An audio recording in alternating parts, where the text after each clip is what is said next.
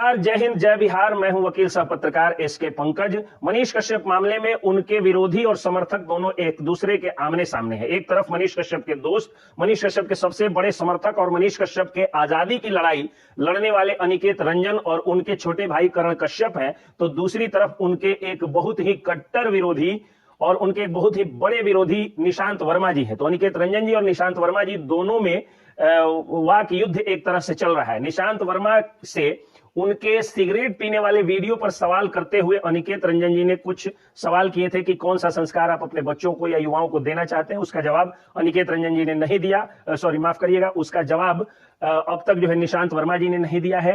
और इधर अनिकेत रंजन जी ने जो पुलिस की कुछ कार्रवाई हुई थी, जैसे कुर्की जब्ती, करण कश्यप और अनिकेत रंजन जी ने दोनों ने उस कुर्की जब्ती को गलत बताया कि पुलिस जो है वो गलत की है उस मामले में। निशांत वर्मा जी जो है वो chief justice of high court के चीफ जस्टिस को एक पिटीशन लिख के दिया है कि यह न्यायालय की अवमानना है।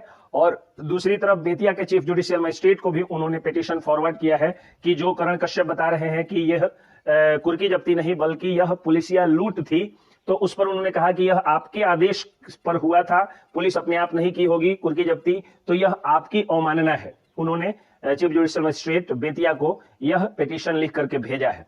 हालांकि अनिकेत रंजन और करण कश्यप दोनों पुलिस की कार्रवाई का विरोध कर रहे थे। न्यायालय पर हर वीडियो में वो लोग बताते हैं कि न्यायालय पर उनको विश्वास है, फिर भी निशांत वर्मा जी ने यह पिटीशन दिया है और दोनों के बीच एक वाक युद्ध चल रहा है, अनिकेत रंजन जी और निशांत वर्मा जी के बीच में। अनिकेत रंजन जी के साथ उनके बड़े फॉलोअर हैं, मनीष कश्यप के सारे शुभचिंतक और समर्थक हैं, और दूसरी तरफ निशांत वर्मा जी के साथ मनीष कश्यप के जो विरोधी गुट के लोग हैं वो लोग हैं।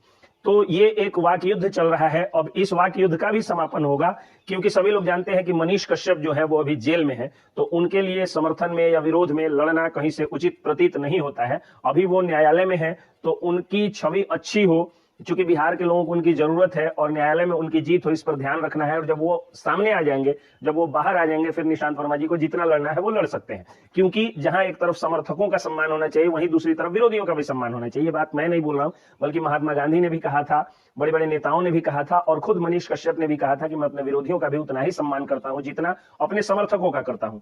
तो इस बीच अभी जो वाक युद्ध चल रहा है, देखना होगा कि इसका समापन कहां होता है। लेकिन जैसा कि आप सभी जानते हैं कि हर लड़ाई और झगड़े का अंत एक समझौते से ही होता है। हर फाइट का, कंटेस्ट का अंत जो है एक कॉम्प्रोमाइज पर ही होता है। जरूरी नहीं है कि हर चीज का अंत जीत और हार पर ही हो। तो उम्मीद है कि निशांत वर्मा जी और अनिकेत रंजन जी में जो है वो भी सुलह होगा, क्योंकि निशांत वर्मा जी को एक ना एक दिन फील होगा कि मनीष कश्यप जो कि बिहार की आवाज बनने की कोशिश किए थे, उनका लहजा और तरीका गलत हो सकता है, जिसका वो भी स्वीकार किए थे वीडियो बना करके जेल जाने के पहले। और उनके जो समर्थक हैं, खुद मैं भी उनका समर्थक हूं, मैं भी स्वीकार करता हूं कि उनका लहजा खराब जरूर था, लेकिन उस खराब लहजे की भी अपनी एक मजबूरियां थी, क्योंकि उस समय अगर वो उस लहजे का प्रयोग नहीं करते तो शायद इस बहरे हो चुके सिस्टम के कानों तक नहीं गूंज होती। सब लोग जानते हैं कि पूरे भारत में सिर्फ बिहार के बच्चों को ही 5 साल में ग्रेजुएशन करने का दुर्भाग्य प्राप्त है। तो अब जाहिर सी बात है कि जो 2 साल बच्चों के जीवन का नरक में बीतता है, उसके खिलाफ कोई भी बोलेगा तो उसका लहजा थोड़ा खराब जरूर हो जाएगा। जय हिंद, जय बिहार।